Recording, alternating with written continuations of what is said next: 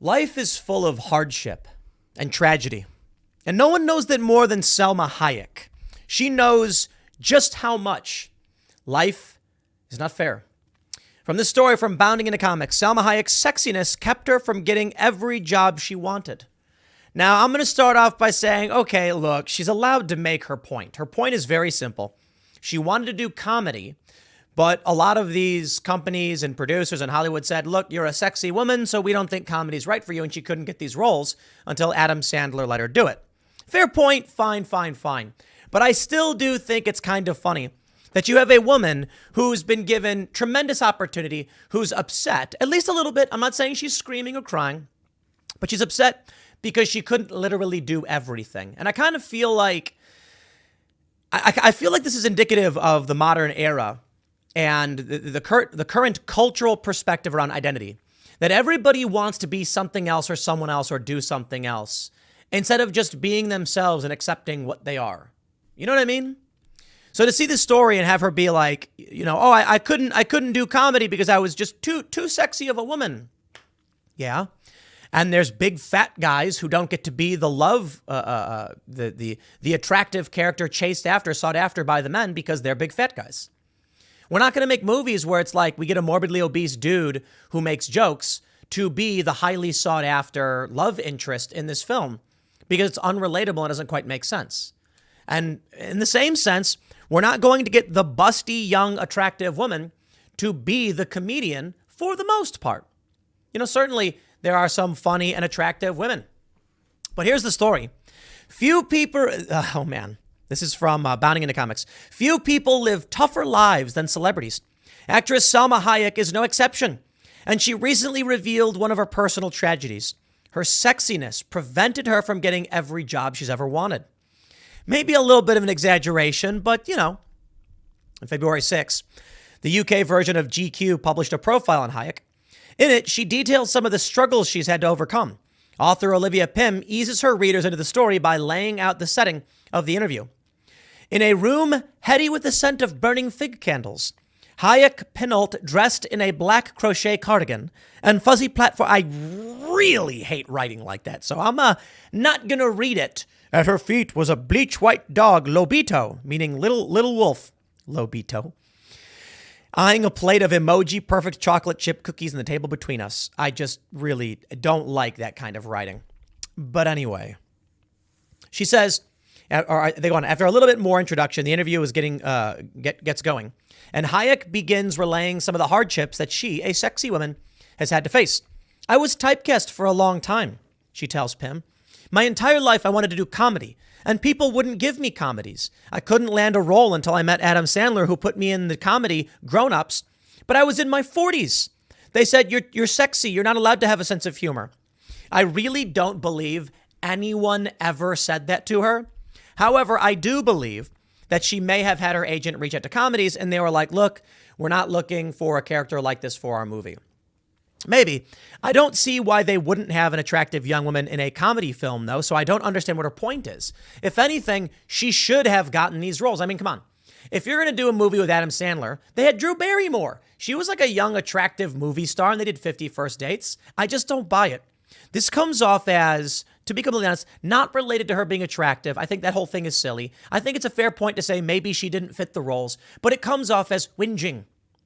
And here I am whinging about her whinging. She didn't make it. It happens. It's not because you're too sexy. Certainly there are many... Gwyneth Paltrow played that fat chick in Shallow Hal. But there were scenes where it's like she's attractive and unattractive.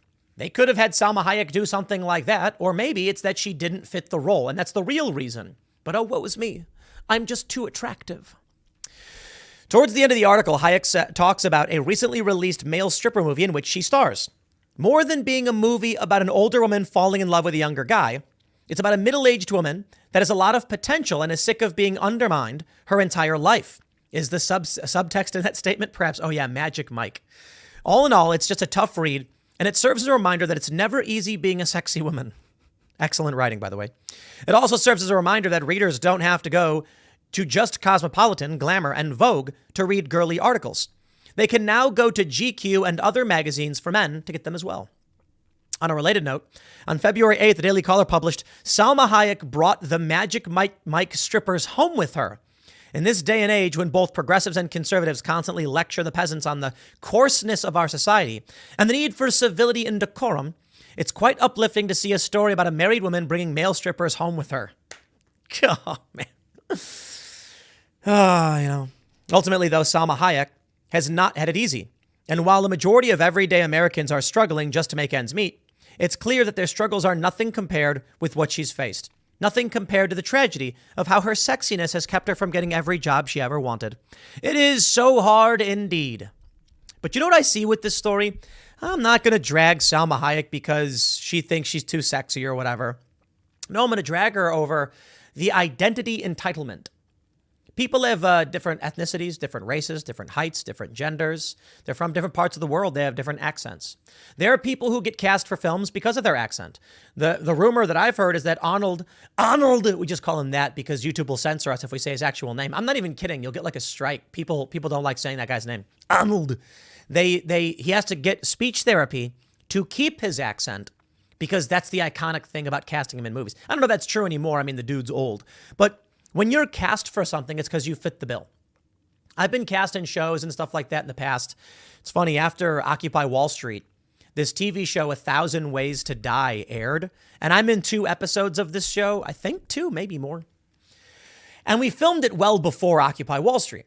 But they needed skater guy. They're like, we need a dude who's like got a skateboard. And I'm like, I'm a guy with a skateboard. And they're like, you're perfect. Come on down. We'll pay you $50. Seriously, I got paid $50 to be skater guy on this show. Now, if I was a busty young woman and they were casting skater guy, would I be like, I've always just wanted to play a skateboarding dude in a movie, but they wouldn't cast me? That's the issue. So many people today desperately want to be someone else. Well, you got the opportunity. It's called VR. Go in your VR world, put on your headset, and then emulate being somebody else. Create an avatar or something like that. Go in video games, play a different character.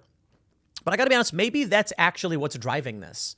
You know, I'd have to say that I imagine throughout history, people have tried to imagine, well, not always, but once you get to a certain level of human philosophical understanding, they've tried to empathize and understand what it might be like to be someone else.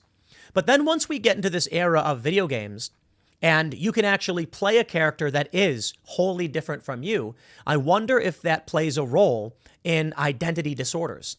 Now, I certainly think a big component of gender identity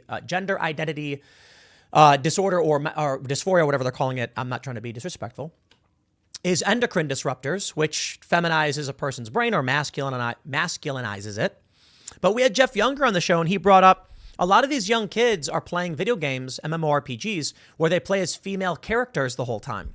And maybe they then come to start identifying with that character as them. Because when you're playing something like World of Warcraft, the joke he made was when you're getting started playing a game, if you're going to stare at a butt all day, you're going to stare at chicks. It's an old joke dating back to the early days of MMORPGs. Why guys would play female characters? Well, for a variety of reasons. Many people would have a variety of characters, male and female, because those are options. Some people would literally be like, I like watching the chick dance around and fight, and like you control her, right? Maybe that's misogynistic. I don't know. But the idea then is, you get kids playing video games, and if a boy chooses a female character or a female chooses a male character, and then they start going around saying, I have this and I have that, instead of my character has this, they start to personally identify with something they are not. I'm not saying I know for sure that's the reason why people are having an identity crisis. Salma Hayek certainly wishes she was probably a fat dude who can be a comedian like Chris Farley or something like that. I'm exaggerating. But the idea here is that you don't get to be everyone all the time. That's just reality. You are who you are. Me, I got messed up teeth and people commented all the time, Tim, fix your teeth. I'm like, whatever. I don't know, man. I wear a beanie all the time. I got no hair. I have a beard, whatever. I got a thing on my face right here. I am who I am. That's all I can ever be. I'm not going to change. I'm not going to get surgery. I'm not going to get plastic surgery. I'm not going to try to experience life something different than what I am because I'm fine with who I am. And maybe that's what people need to learn. You need to learn to love yourself and be fine with who you are and not be upset that sometimes you don't get the role. Sometimes, you're not going to be a world-class pool player. You're not going to be the best skateboarder in the world. You're not going to be an Olympic snowboarder. You're not going to be a female night elf druid running through the forest and fighting orcs. You're just not. You can make a video game and you can pretend and you can cosplay, but that's not the reality that we're in. Maybe in the future we'll get Neuralink into people's minds and you can simulate feeling and experiencing being something like that. But your mind and your soul and your existence will always be what you are. You can get surgeries to change it. It doesn't change what you are. If you are a person who gets plastic surgery, you're not a person with a pretty nose. You're a person who got plastic surgery to get a pretty nose. And there's this old meme that's really funny of it's a woman and a man, and they're smiling together, and their kids all have really big noses, and it's like plastic surgery. And the joke is the woman used to have a nasty nose and got plastic surgery, but her kids kept the genetics. It's like, yeah, because your genetics won't change. You can get whatever surgeries you want. It won't change what and who you are. I don't know. Look, that's the main point here. I saw this, and my real reaction was like, dude, Salma Hayek, you've had every opportunity, like every opportunity you can. But you don't get to be everything. So I'm not sitting here, I don't want to make it seem like she cried about it or anything. She's just pointing out she didn't get those roles. That's fine. But I think most people need to learn that. Anyway, I'll leave it there. Next segment's coming up in a few minutes. Stick around, and I'll see you all shortly.